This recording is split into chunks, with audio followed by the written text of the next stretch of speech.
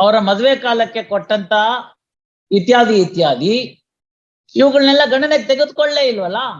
ಈಗ ಅವನ ಮಗ ಅಣ್ಣನ ತಮ್ಮನ ಇರ್ತಾನೆ ಅಂತ ಇಟ್ಕೊಳ್ಳೋಣ, ಅವನು ಹೇಳ್ತಾನೆ ಅಲ್ವೇ ಅವತ್ತು ನಮ್ಮ ಮನೆಯಿಂದ ಎಲ್ಲ ಬಾಚ್ಕೊಂಡು ಹೋಗ್ಬಿಟ್ಟು ಇವಾಗ ಆಸ್ತಿಗೂ ಬರ್ತಿಲ್ಲ ಇದ್ದಂತ ನಾಗರ ಪಂಚಮಿ ಕರೆದು ಬಾ ತಂಗಿ ಅಂತ ಹೇಳೋ ಅಂತದ್ದು ಹೊರಟೋಯ್ತು. ಪಾರ್ಟಿಷನ್ ಸೂಟು 3 ವರ್ಷ 4 ವರ್ಷ 5 ವರ್ಷ 10 ವರ್ಷ ನಡೆದಂಗೆ ಟ್ರಯಲ್ ಕೋರ್ಟ್ ಅಲ್ಲಿ ನಡೆಯುತ್ತೆ. ಹೈಕೋರ್ಟ್ ಅಲ್ಲಿ ಸಾಕಷ್ಟು ಸಮಯ ಉಳಿಯುತ್ತೆ. ಅವ್ರ ಜೀವಮಾನದಲ್ಲಿ ಪುನಃ ಇವ್ರ ಮುಖ ಅವ್ರು ನೋಡಲ್ಲ, ಅವ್ರ ಮುಖ ಇವ್ರು ನೋಡಲ್ಲ. ಅಪ್ಪಿಕೊಂಡ ಮೇಲೆ ಏನೇನ್ ಕರ್ಮ ಬರುತ್ತೋ ಅದೆಲ್ಲ ನಿಮ್ ಕರ್ಮ. ಒಂದೇ ನಿಮಿಷ. 56ನೇ ಇಸ್ವಿನಲ್ಲಿ ಹಿಂದೂ ಪರ್ಸನಲ್ ಲಾನ ಟಿಂಕರಿಂಗ್ ಮಾಡಿದಾಗ ಯಾರೊಬ್ರು ಚಕಾರ ಎತ್ತಲಿಲ್ಲ, ಆಯ್ತಲ್ಲ. ತಾವು ಸ್ವಲ್ಪ ಚರಿತ್ರೆ ಹಿಂದಕ್ಕೆ ಹೋಗ್ಬೇಕು. 50ನೇ ಇಸ್ವಿನಲ್ಲಿ ನಾವು ನಮ್ಮ ಕಾನ್ಸ್ಟಿಟ್ಯೂಷನ್ ಅನ್ನ ಒಪ್ಕೊಂಡ್ವಿ. ಅದಕ್ಕೆ ಮುಂಚೆ ಸಾಕಷ್ಟು ಚರ್ಚೆ ಆಗಿತ್ತು. ಕಾನ್ಸ್ಟಿಟ್ಯೂಂಟ್ ಅಸೆಂಬ್ಲಿ ಇತ್ತು, ಪ್ರತಿ ಭಾಗಗಳನ್ನ ಚರ್ಚೆ ಮಾಡಿದ್ರು.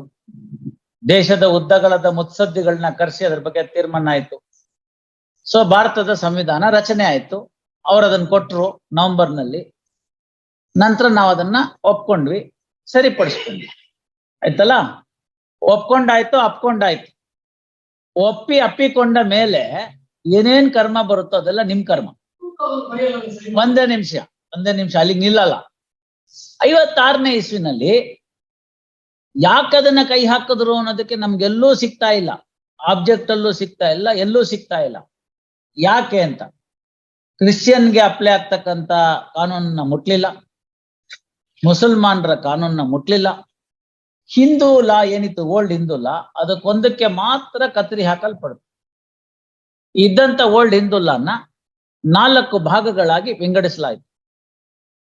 Therefore, we have Hindu Succession Act, Hindu Marriage Act, Hindu Adoptions and Maintenance Act, Guardian and Wardship. ಈ 4 ಭಾಗ ಬಂದ್ಬಿಡ್ತು. ಸೊ ಯಾವುದು ಓಲ್ಡ್ ಹಿಂದೂ ಲಾ ಇತ್ತು ಅದನ್ನ ಸ್ವತಂತ್ರ ಭಾರತದಲ್ಲಿ 56ನೇ ಇಸ್ವಿನಲ್ಲಿ ಮಾಡಿದ್ವಿ. ಪವರ್ ಇತ್ತು, ಪವರ್ ಬಗ್ಗೆ ನಾನು ಮಾತಾಡಲ್ಲ. ಸರ್ಕಾರಕ್ಕೆ ಸಂಪೂರ್ಣ ಅಧಿಕಾರ ಇತ್ತು. ಅವ್ರು ಅದನ್ನ ಕೈ ಹಾಕಿದ್ರು, ಅದನ್ನ ಚೂಪಾಚೂರ್ ಮಾಡಿಟ್ರು. ಮಾಡಾದ್ಮೇಲೆ ಅದರ ಬಗ್ಗೆ ಚರ್ಚೆ ಆಗ್ಲಿಲ್ಲ. ಅವತ್ತಿನ ದಿವಸ ಯಾವ ಪ್ರಾವಿಷನ್ ಚಾಲೆಂಜ್ ಆಗ್ಲಿಲ್ಲ. ಹಿಂದೂ ಸೆಕ್ಷನ್ ಆಕ್ಟ್ ಅಲ್ಲಿ ಆಗ್ಲಿ, ಹಿಂದೂ ಮ್ಯಾರೇಜ್ ಆಕ್ಟ್ ಅಲ್ಲಿ ಎಲ್ಲೂ ಕೂಡ ಅಲ್ಟ್ರಾ ವೈರಸ್ ಅಂತ ಆಗ್ಲಿಲ್ಲ. ಸೊ ಅದರ ಅರ್ಥ ಏನು? It was imposed on the people by the legislative power. ಇದೆಲ್ಲ ನಾವು ಹೇಳ್ತಾ ಹೋದ್ರೆ ಡಿಬೇಟ್ ಅಲ್ಲಿ ಹೇಳ್ತಾ ಕೂತ್ಕೋಬೇಕು, ಇಲ್ಲ ಚರ್ಚೆಗೆ ಇನ್ನೆಲ್ಲೋ ಕೂತ್ಕೊಂಡು ಯಾವ್ದೋ ವೇದಿಕೆಯಲ್ಲಿ ಅಕಾಡೆಮಿಕ್ಸ್ ಹೇಳ್ತಾ ಹೋಗ್ಬೇಕು. ನೀವು ತಂದಂತ ಕಾನೂನು ಈಗಾಗ್ಲೇ ಇರ್ತಕ್ಕಂಥ ಜಾರಿಲಿ ಇರ್ತಕ್ಕಂಥ ಕಾನೂನಿಗೂ ತಾಳಮೇಳ ಆಗ್ಲಿಲ್ಲ. There are 2 judgments which will expose this particular aspect. ಹಿಂಗಾಯ್ತು, ಅದಕ್ಕೋಸ್ಕರ ನಮ್ಗೆ ತಾಳಮೇಳ ಆಗ್ತಿಲ್ಲ ಅಂತ ಹೇಳೋದು, ಹಾಗೆ ಉಳ್ಕೊಂಡು ಬಂದ್ಬಿಡ್ತು. ಆಯ್ತು, ಅದನ್ನೇನೋ ಒಪ್ಕೊಂಡ್ರು ಮಾಡ್ಕೊಂಡ್ರು, ಏನು ಹೇಳಿಲ್ಲ. ನಂತರದಲ್ಲಿ ಏನಾಯ್ತು? Even today I saw A news, central government filing an affidavit to the Supreme Court. No, you can't direct me to form a uniform civil code.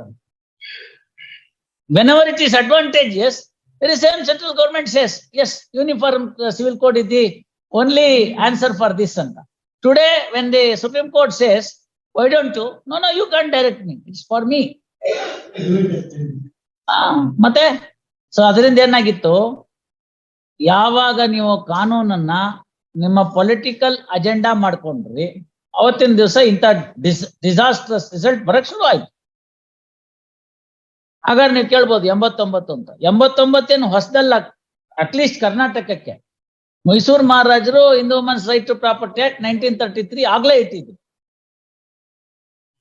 In fact this court has appealed in good number of cases, even in the recent past.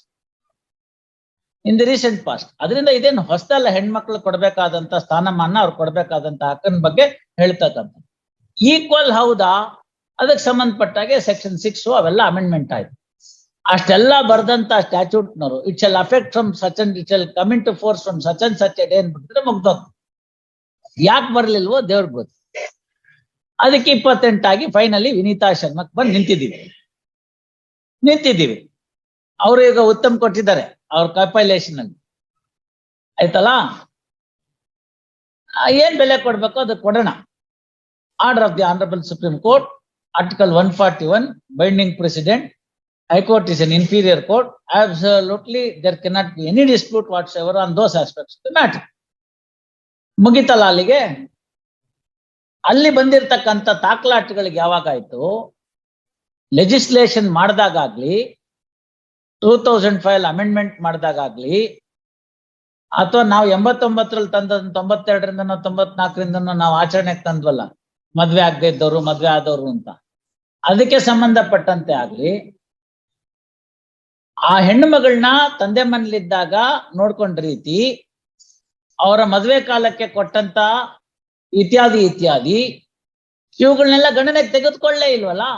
ಈಗ ಅವನ ಮಗ ಅಣ್ಣನೋ ತಮ್ಮನೋ ಇರ್ತಾನೆ ಅಂತ ಇಟ್ಕೊಳ್ಳೋಣ, ಅವನು ಹೇಳ್ತಾನೆ ಅಲ್ವೇ ಅವತ್ತು ನಮ್ಮ ಮನೆಯಿಂದ ಎಲ್ಲ ಬಾಚ್ಕೊಂಡೋಗ್ಬಿಟ್ಟು ಇವಾಗ ಆಸ್ತಿಗೂ ಬರ್ತಿಲ್ಲ. ಇದ್ದಂತ ನಾಗರ ಪಂಚಮಿ ಕರೆದು ಬಾ ತಂಗಿ ಅಂತ ಹೇಳೋ ಅಂಥದ್ದು ಹೊರಟೋಯ್ತು.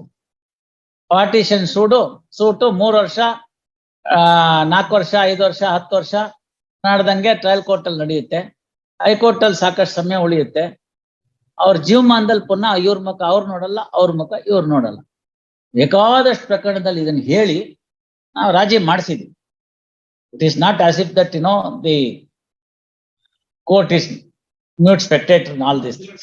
ನಾನು ತುಂಬಾ ಹೇಳಿದ್ದೀನಿ, ಎಷ್ಟೋ ಪ್ರಕರಣಗಳಲ್ಲಿ ಹೇಳಿ ಸಾಧಾರಣ ಒಂದು 80ರಿಂದ 90 ಪಾರ್ಟಿಷನ್ ಸೂಟ್ಸ್ ನ ಲೋಕದಲ್ಲತ್ತಲ್ಲಿ ನಾವು ಸೆಟಲ್ ಮಾಡಿದ್ವಿ. when I was a district judge at Dharwad.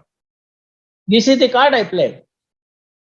ಇಷ್ಟುದ ತುಂಡು ಭೂಮಿಗೋಸ್ಕರ ನಾಳೆ ಬೆಳಗ್ಗೆ ಸಾವು ನೋವು ಎಲ್ಲದಕ್ಕೂ ಬಿಟ್ಬಿಡ್ತೀಯ ಅಂತ ಕೇಳಿದೆ. ರಿಲೇಶನ್ಶಿಪ್ ಹಾಳು ಮಾಡ್ಕೊಂಡ್ ಬಿಡ್ತೀಯ ಅಂತ. ಅಲ್ಲ, ನೀವು ಈ ತರ ಕಾನೂನಲ್ಲಿ ಕೊಟ್ಬಿಟ್ಟು ಮೈಸೂರು ಪಾಕ್ ತೋರಿಸ್ಬಿಟ್ಟು ಬರೀ ಚಾಕ್ಲೇಟ್ ಅಡ್ಜಸ್ಟ್ ಆಗು ಅಂದ್ರೆ ಒಳ್ಳೆ ಚೆನ್ನಾಗಾಯ್ತಲ್ಲ. ಗಾಂಧಿ ಜಯಂತಿ ಅಂತ ಬಂದ್ರೆ ನಮ್ಗೆ ಒಂದ್ 5 ಪೈಸದ ಪ್ಯಾರಿಸ್ ಚಾಕ್ಲೇಟ್ ಅಂತ ಬರೋದು, ಹಸುರು ಚೀಟಿದು, ಅದನ್ನ ಕೊಡೋರು. ನಾವು ಪಕ್ಕದ ಸ್ಕೂಲಲ್ಲಿ ಏನ್ ಕೊಟ್ಟಿದ್ದಾರೆ ಅಂತ ನೋಡೋದು. We are not satisfied with Paris chocolate. U C, ಯಾವ್ದೋ ಸ್ಕೂಲಲ್ಲಿ ಲಾಡು ಕೊಟ್ಟಿದ್ದಾರೆ, ಓ ಆ ಸ್ಕೂಲ್ ದೊಡ್ಡದೇನೋ. ಗಾಂಧಿ ಜಯಂತಿಗೆ ಒಂದ್ ಲಾಡು ಕೊಟ್ರೆ ಸ್ಕೂಲ್ ದೊಡ್ಡದಾಗೋದಾದ್ರೆ ಇನ್ನೊಬ್ರು ಸ್ವೀಟ್ ಬಾಕ್ಸೇ ಕೊಡ್ತಾರೆ.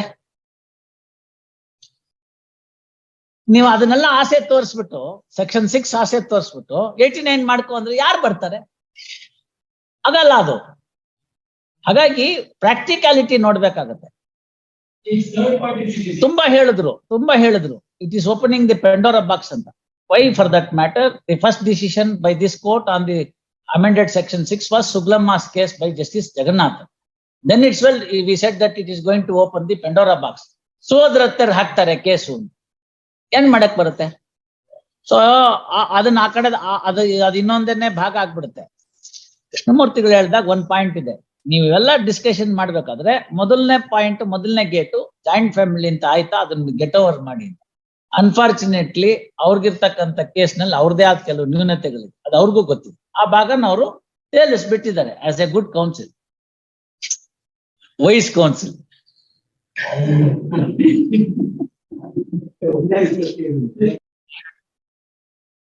ನಿಮ್ಮವರು ಪವರ್ ಆಫ್ ಅಟಾರ್ನಿ, ಆಯಮ್ಮ ಬರೋದಿಲ್ಲ, ಈ ಅಪ್ಪನ್ ಗೊತ್ತಿಲ್ಲ, ಮತ್ತೆ ಅಮ್ಮನ ಅವೆಲ್ಲ ನಾವ್ಯಾಕೆ ಹೇಳ್ತಾ ಹೋಗೋಣ? ಎಸ್, ಹಾರ್ಡ್ ರಿಸರ್ವ್ ಅದು ಕೊಟ್ಟಿರಿ, ತಗೊಂಡ್ರೆ